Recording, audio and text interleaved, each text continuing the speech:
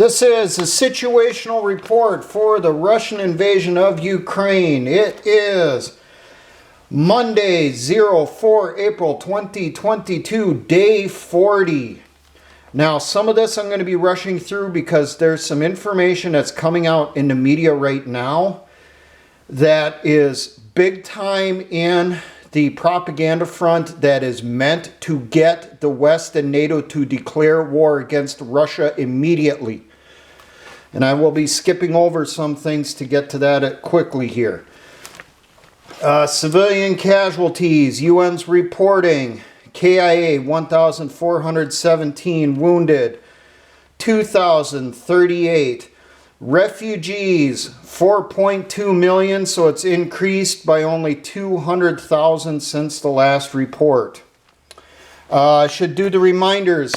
As always, I get my information from multiple sources. I get it from mainstream media, I get it from alternative media, I get it from non-governmental organizations, I get it from different governmental organizations in the West and in Russia when I can get to their stuff.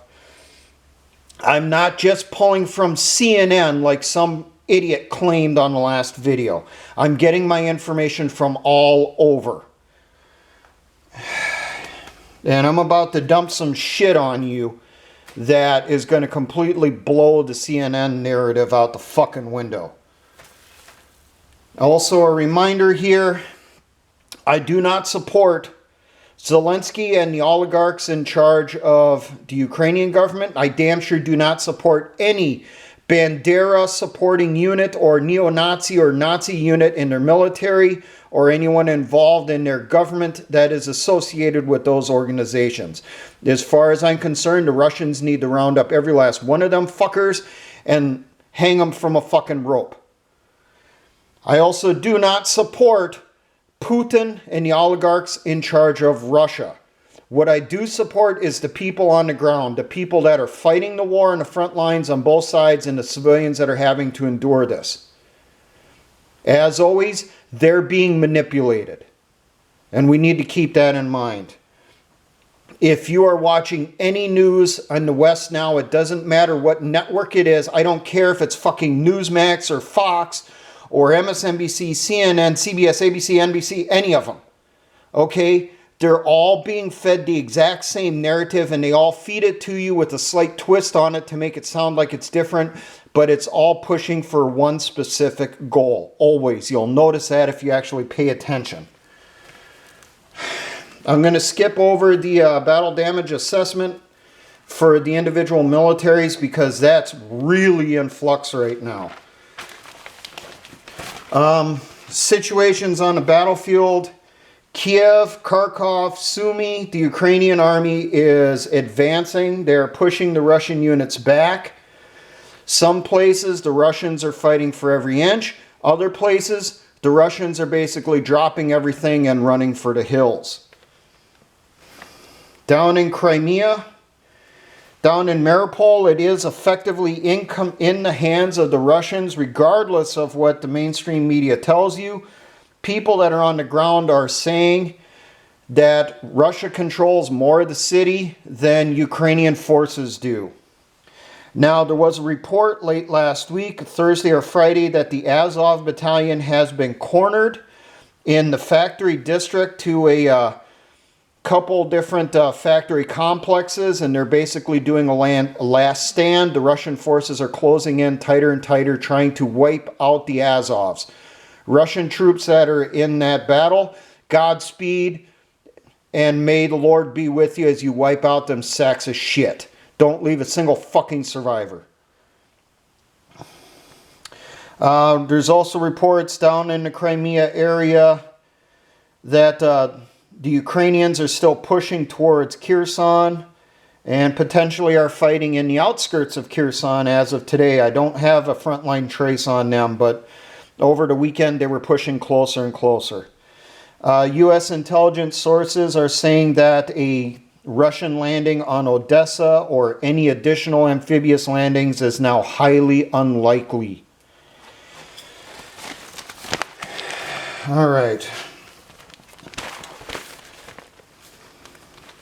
There are reports that Russian troops, as they're falling behind, are leaving mines and booby traps. That's doctrinal. That makes sense. Everyone does that.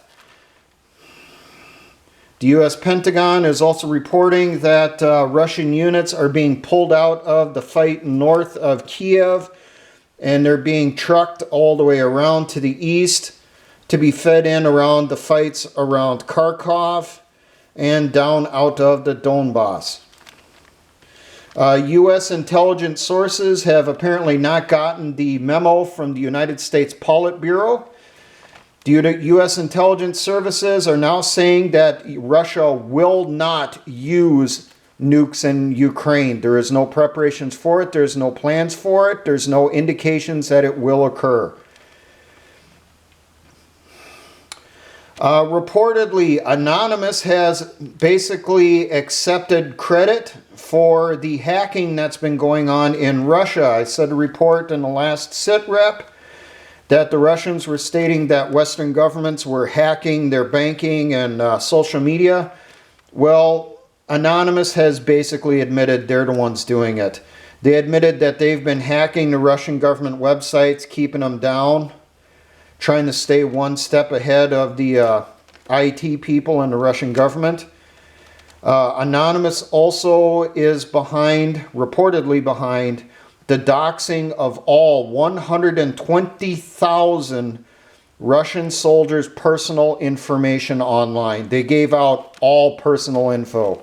Phone numbers, passport numbers, addresses, you name it. Let's get in here. There are reports that Russian troops are now being poisoned by Ukrainian citizens. They're being given or sold tainted food and alcohol. At least 2 Russian soldiers have died in the Kharkov area from basically what looks kind of like a poisoned pierogi, if you're aware of what those are. Something along those lines. And there's reports of Russian troops up around Kiev that have been getting poisoned alcohol from the civilians. I'm not going to cover that one yet. Okay, reportedly on Friday, the Ukrainian army launched a helicopter gunship strike against an oil depot in Belgorod, Russia. Fired at least 2 missiles into the storage tanks, setting the facility ablaze. Russia is saying it is a false flag. They are denying it. They say that the Russians did it to themselves. I do have a note that Zelensky was interviewed by Brett Baer, and he was questioned about the helicopter strike. And he said he will not comment on his orders to the military. So if you have a reporter that can put 2 and 2 together, is he admitting he ordered the strike and is backing away from it? Doesn't want to talk about it? Zelensky also told Brett Baer that Ukraine will only accept victory and will not cede territory. Ukraine is also demanding heavier equipment from NATO. They're demanding tanks, helicopters, long-range missiles, you name it. I'm getting that from multiple agencies, multiple stories hidden here and there. NATO is supplying some of that equipment. Friday, and this is going to come up again. On Friday, Zelensky announced the demotion of 2 generals, calling them traitors. They include the former chief of the main department of internal security of the Security Services of Ukraine, Numov Andrei Olyevich, and the former head of the Office of the Security Service of Ukraine in the Kherson region, Kravchko Sai Alexandrovich. They are officially charged under Article 48 of the Disciplinary Statute of the Armed Forces of Ukraine. Zelensky said that essentially they haven't decided what country they support. I have a feeling on this that, and reportedly these two are very, very high level officials in what is the Ukrainian equivalent of the CIA and FBI combined. I got a feeling what's going on is these two were part of an operation or were given orders to conduct a false flag, and they said no. That I can't say for certain that's what it was, but I just get that feeling when I read through all the different reports coming out.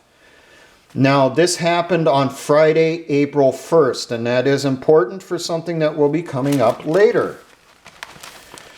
All right. NATO news. U.S. has spent over $2.3 billion in military aid to Ukraine out of an approved $13.6 billion that had been approved by Congress and signed off by the president so far. And that $13.6 billion is for military and humanitarian aid. The U.S. had to admit over the weekend that we are sending NBC or CBRN equipment to Ukraine. For those of you that aren't aware of that, because you're civilian, not involved with military or militia, CBRN is the current term for NBC, what it was most of the time I was in. It stands for Chemical, Biological, Radiological, and Nuclear Equipment. I had been seeing since day one of the war reports out of different NATO countries that they were sending in chemical protective suits, chemical suits, and also protective masks to Ukraine. I was questioning that. I made note on that in my notes.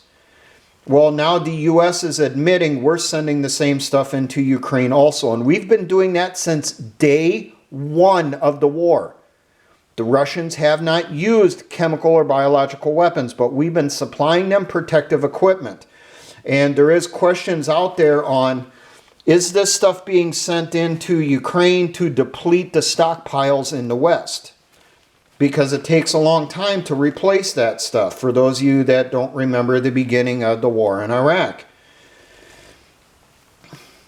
Okay, there is an official report that NATO is sending T-72 tanks to Ukraine, even though the Ukrainian tank losses have not been very high, and they have admittedly captured more tanks than they have lost.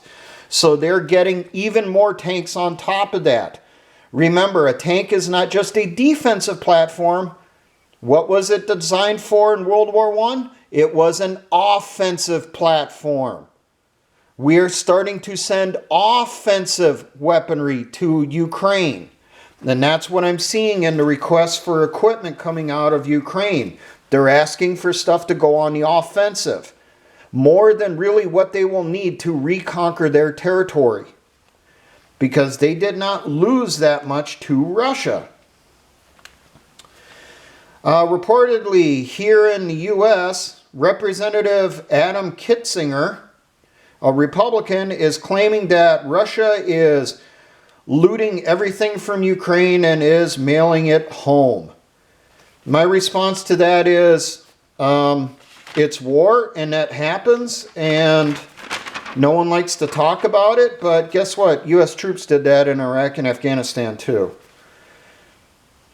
But we're not supposed to talk about that. Now, the big one in the room here that I've been building up to.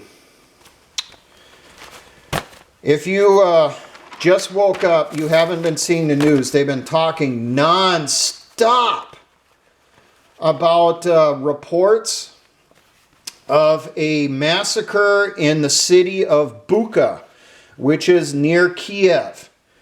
Now, Human Rights Watch is a human rights organization that is reporting that Russians are raping, they're looting, and they're massacring civilians. Now, I need to make a note on Human Rights Watch. I remember hearing of them before. when Russia was involved big inside Syria. Human Rights Watch was one of those groups that was constantly coming out saying that Russia was committing atrocities, that Syria is committing atrocities, and that NATO needs to get involved in Syria to overthrow Assad and make the Russians pay for what they're doing. So I do not put a ton of credence into Human Rights Watch. They just constantly keep coming up in all these different conflicts, basically begging for the United States, NATO, and others to get involved to go to war against Russia. Now, I'm going to give you some information that has come out here over the past couple hours on Bucha. And this is stuff that is going to completely challenge what is being reported in the media. Now, on March 30th, and this is admitted by Russian Foreign Minister Lavrov, reports were coming out of Bucha, and the civilians there still had cell service, and they were reporting this. Russian troops were fleeing through Bucha on the way towards Belarus. They were running through the area. They were running away from the Russian counterattack, or the Ukrainian counterattacks out of Kiev. On March 31st, last Thursday, the mayor of Bucha did an announcement on social media that the town was liberated. No Russian troops were in the area, and there was no mention of atrocities. That same day, later that day, the Ukrainian army reportedly started dropping artillery on the town of Bucha, even though there was no Russian troops in the area. Now, on April 1st, the same day, Zelensky relieved those two heads of his, the Ukrainian CIA. Bucha was reported as being occupied by Ukrainian troops. That was reported by people living in the town, and the mayor. We're making social media reports on this. The mayor's name is Anatoly Fedorovich.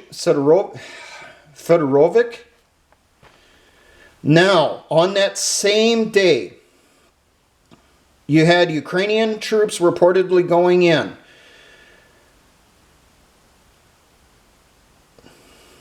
Some of those units, people from those groups that were occupying Bucha, were making videos of entering the town, showing the damage. Like you see in the picture there, that is one of the cities through Bucha, and it doesn't show it on here, but a lot of the pictures you'll see one vehicle basically driving up over the other. They were fleeing through the area, trying to get out of there. I've also seen in some of those pictures what look like unexploded cluster munitions, cluster bombs laying in the street next to the vehicles. But no one's talking about that. And it would not have been the Russians dropping it on their people. It would have been the Ukrainians. But there are social media posts and video from units that were occupying Bucha on the 1st and the 2nd of April. So last Friday, last Saturday, Ukrainian troops. One of these is from a known former member of the Azov battalion. People have linked to this, of him going into the town off of one of his postings. This guy is known, his name is Sergei Krakik. His nickname is Boatsman. About 6 seconds into the video, and the title he put on this video is The Boatsman Boys in Bucha. And this is posted April 1st. Sergei is heard saying on there, the guy behind the camera, and I do not speak Russian, I do not speak Ukrainian, I have to go off of other people's translations on this. He reportedly says, there are guys without blue armbands. Can I shoot them? Someone who some people are saying is a squad leader replies back, fuck yeah. Now, April 2nd, last Saturday, on Facebook from the official Ukrainian National Police site on Facebook, they have a posting on Saturday the 2nd. Today, on 2 April, in the liberated city of Bucha, Kiev region, special units of the Ukrainian National Police began clearing the area of saboteurs and accomplices of Russian troops. On April 3rd, Sunday, the Ukrainian Ministry of Defense released a video of reported Russian atrocities in Bucha. Now, go back. The Russians have not been there since the 31st at latest. On that day, the mayor posted the city has been liberated, made no mention of atrocities were committed by Russian troops, made no mention of rapes, made no mention of a massacre. The Russian foreign minister reported there was no restrictions on the movements of the citizens of Bucha while Russian troops were in control, and they had access to social media, which they were using, reporting that the Russian troops were fleeing Bucha. So, if these atrocities had happened when the Russian army was still in control of Bucha, the civilians had access to social media and cell phone services. How come there is zero videos, zero messages coming out from Bucha at that time? They were posting Russian troops were fleeing, posting videos of it, but said nothing about atrocities being committed. But we have on the 1st and the 2nd, you have Ukrainian units are occupying the town. At least one of them is a known former member of the Azov battalion. I say former because Azov is trapped down in Mariupol. It's possible this guy escaped or wasn't with the unit when it got surrounded. So what he did, he went to one of Azov's sister organizations up in the area, like C-14 or whatever it is. There are other neo-Nazi units up around Kiev. I reported that weeks ago. So it's very likely this guy tacked on to one of those units. But we got reports from the Ukrainian troops themselves being in the town on the 1st. No video, no mentions of it. On the 2nd, you have reports from the Ukrainian National Police on their official Facebook page that they are now beginning clearing operations inside Bucha, getting rid of saboteurs and accomplices of Russian troops. And then magically, Sunday, April 3rd, so 2 days after the first Ukrainian units occupied Bucha, I doubt they were a Ukrainian army. You know, technically the neo-Nazi units get classified that they're with the Ukrainian National Guard, not with the Ukrainian army. 2 days after the first Ukrainian unit goes in there, we get a report of dead civilians massacred by Russians. Even though you've had the 30th, the Russian troops were fleeing, no one made any mention of it. The 31st, the mayor said the town was cleared, made no mention of it. The 1st and the 2nd, you had social media posts from Ukrainian troops saying they liberated the town, but no mention of any civilians massacred or any atrocities. Not till the 3rd, after Ukrainian troops and Ukrainian police have been operating in a town for over 48 hours, do you have the mention of massacred civilians. And then today, Monday, April 4th, the huge push all across every fucking network, every channel, every website is that Russia is committing war crimes, is massacring civilians, and you have people nonstop on the news. It's just one after another, after another, after another, after another. I've been watching it all fucking morning, saying that the United States needs to get involved right now, go to war against Russia. We need to punish them for what they are doing in Ukraine. My personal assessment, these people that are dead in Bucha were killed by far-right organizations associated with the Ukrainian military, and that started on April 1st. April 2nd, the Ukrainian National Police went in to conduct a clearing operations. They sent in quote-unquote special units of the Ukrainian National Police, and they were clearing the area of saboteurs and accomplices of Russian troops. I think we got a pretty good idea who's the ones that committed the atrocities, don't we? But the information's very fluid, okay? It's still coming out. Now, is it possible the Russians did this? Yes, and I can give you a scenario on how I could see this happening. Now, remember, we had reports of Ukrainian militias have been harassing the hell out of Russian forces since day one, especially north of Kiev. So we have Russian units that were at the front lines fighting at Kiev. They were taking heavy casualties. They're pulling back. They're fleeing the front lines. They're going through areas where militia has been tearing up their people. So we got units that are at the breaking point. Remember, we had reports in the last sit rep of Russian units fragging their officers because of the casualties.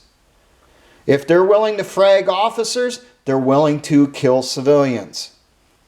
So let's say we got a Russian unit is pulling back. Their discipline has broken down. They've taken heavy casualties. They're seeing a lot of men in this town as they're going through. They've heard the reports about Ukrainian militias operating behind the lines. So how far-fetched would it be that that unit basically snaps? Like what happened at My Lai in Vietnam. They go nuts, round people up and kill them. It is possible.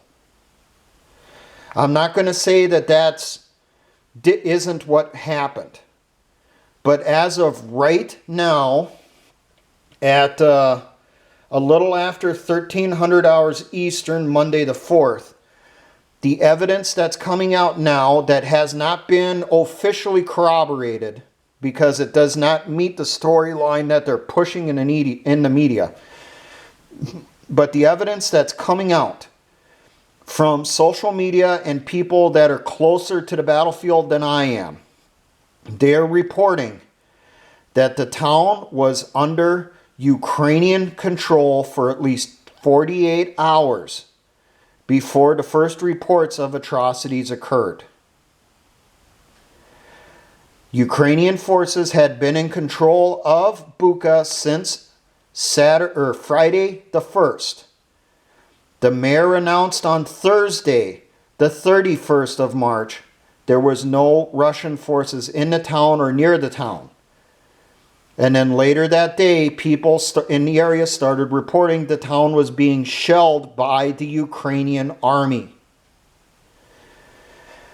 How do I know it was Ukrainian units doing it, not Russian? I don't. That's what the reports are saying. I'm seeing this across multiple sources. That's why I am saying this. So right now, the major propaganda we are seeing, and this is extremely dangerous, everyone is saying Russia's committing war atrocities and we must get involved in the war because of that. I anticipate more information is going to come out over the next few days, and they are going to do a better job at burying a lot of the evidence, okay? Some of the official stories that had been put out, even by the New York Times and other major networks and agencies, Reuters and all that stuff, they reported on the 1st and 2nd of Ukrainian troops being in Bucha on those days, but they're scrubbing the stories. They're making them disappear. Some people have screenshots of that and they are posting those. Now, if you try looking for a lot of those stories, even if you have it bookmarked, it's going to pull up something else. And they're telling you that Ukrainian troops did not enter the town until yesterday, Sunday, the 3rd. And that as soon as they entered the town, that's when they found all the bodies. Now, it's possible the Ukrainian army did not enter until Sunday, the 3rd. But Ukrainian units, likely far-right units if it is what it's looking like, who would be part of the Ukrainian National Guard, they had occupied the town on the 1st. This is really fluid and this is major. That's why I'm trying to get this information out. We will see here when the follow-up on this will be done, what's going to happen. For all I know, this might blow out of proportion and I could be doing a second video later tonight, for all I know. Now, for all my engineer brothers in the Patriot and militia movements, always remember, essayons.